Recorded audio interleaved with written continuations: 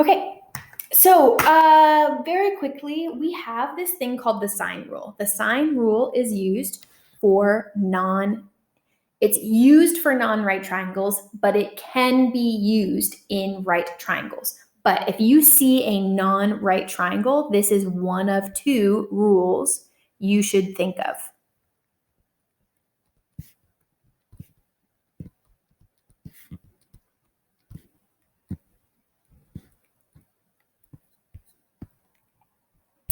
So I'm going to draw a non-right triangle.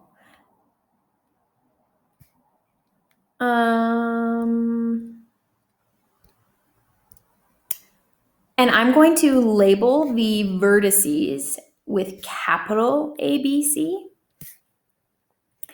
And then I would like to label its opposite side lengths as lowercase versions of those variables. That is a very common theme with non-right triangle trigonometry, because just like with right triangle trigonometry, it's all about the relationship of those side lengths back to the angles. And so we need to know what relationship that side length has to have with that angle, and how we determine that is we determine which one's the opposite side length. So again, we're talking about from that angle, a spotlight up open to the opposite side length. So for A, the opposite side length would be here, and I'm going to call this lowercase a. For B, the spotlight is to B. For C, the spotlight is to here. So I would like for you to label all your vertices with uppercase A, B, and C, and then all of the opposite side lengths as lowercase versions of A, B, and C. How you solve for missing pieces, angles, or side lengths is you have this law of sines. The law of sines is a formula. I'm almost 100%. It's in your formula packet. Definitely take a second to go look. Sine of an angle divided by its opposite side length is equal to sine of any other angle divided by its opposite side length. So sine of any angle in a triangle, right triangle or no, but we typically use this for non-right triangles, divided by its opposite side length is equal to any other angle divided by its opposite side length. We use this formula for when we have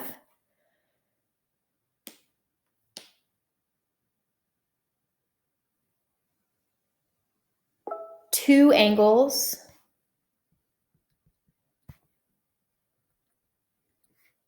and a side. It can be. I'm going to erase that because sometimes that's not true. So we'll just come with that as it happens, and we'll talk about it. We'll talk about it on part B. Sorry, I'm so scattered today. All right, find the value of the missing side length in the right triangle, and we're going to use our law of sines. First of all, we're given two angles. We can totally find the third angle here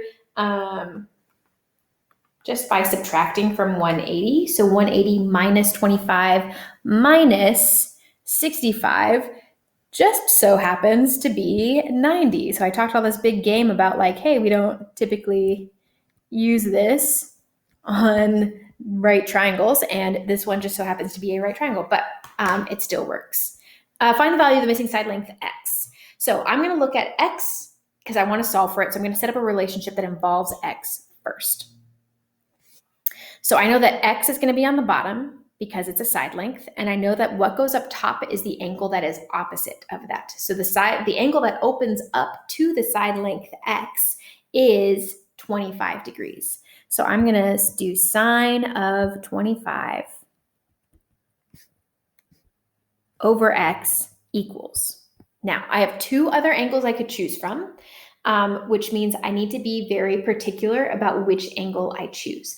I want to choose another relationship. I want to have an equation such that there are no more variables in this equation. So I want to make sure I choose an angle and its side length, its opposite side length, such that there are numbers for each of them. I don't want to have anything with more variables in it. So I wouldn't do my 90-degree angle because its opposite side length is unknown, which means I would have two variables in this equation, which doesn't help me solve for anything.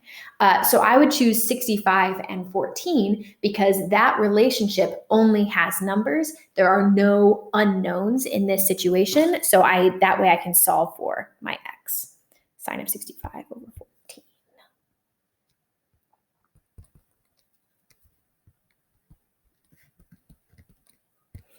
Okay.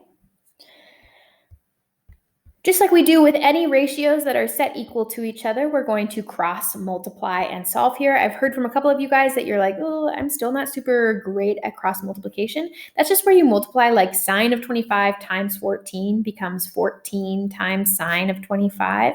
And then you multiply x and sine of 65. And then you set them equal to each other. So you're just multiplying across, and then you set those guys equal to each other. I still need to get x by itself, so I would divide both sides by sine of 65. So I end up getting 14 times sine of 25 divided by sine of 65. And that equals x. To two decimal places? Yep. 14 sine of 25, close parentheses, divided by sine of 65 is 6.53. In this world of this triangle, that makes sense. 65 is significantly larger than 25 degrees, which means that its opposite side length is going to be larger than the side length that I get for 25. It won't necessarily be directly proportional, but it will be a relationship that you will see. So if you take a second and take a step back, like we should be with all of our things, and saying like, does this make sense in the context of the problem? You can say, yeah, well, first of all, it's less than 14, which makes sense because the angle opposite is less than 65. But it's not so much less that it's unbelievable, unrealistic, because it's not like 1 or 0.65. Okay, we're going to find the missing angle. So I'm going to first set up a relationship that involves the angle. I'm still going to be using my sine, my law of sines. So I'm going to do sine of that angle, sine of theta divided by its opposite side, 10 equals, and then I'm setting up a relationship that involves that angle, the other numbers. So sine of 60 divided by 9. I'm going to try and get sine by itself, which means I'm going to multiply both sides by 10. So I get sine of theta equals 10 times sine of 60 divided by 9. Now that's just a really fancy way of writing a number, right? That's just a number. So if I plug in 10 times sine of 60 divided by 9, I get that sine of theta is equal to 0.96225. I still want to solve for theta, and unfortunately it's stuck inside of this trig value. In order to get it out, I have to use my inverse trig values such that I could switch my input and my output. So these guys just switch. It becomes sine to the -1 of 0.96225. Again, it's approximated here on my paper, but it's exact here in my calculator. So I'm going to do the inverse sine. It actually makes a huge difference using exact values with trig because everything's so minuscule. It's all your trig values are less than 1. Well, all your sine and cosine values are less than 1. So it's a whole world of minuscule measurements. So if you don't use the exact value, it does change significantly. So save your rounding to the very end, because here it says, it doesn't say how to round it, so we're going to do 3 sig figs.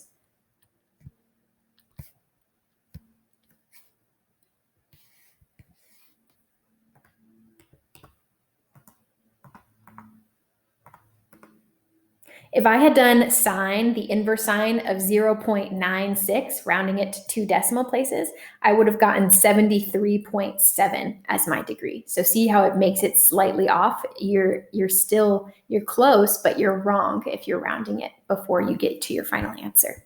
I'm sorry these notes were so long. I feel like the first half of these notes got a little bit more complicated than I had originally planned. So please definitely we'll do a little bit more practice with building those triangles.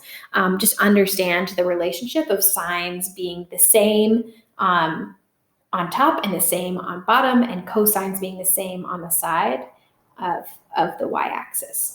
And we'll talk a little bit more about that in the future. Okay, good job.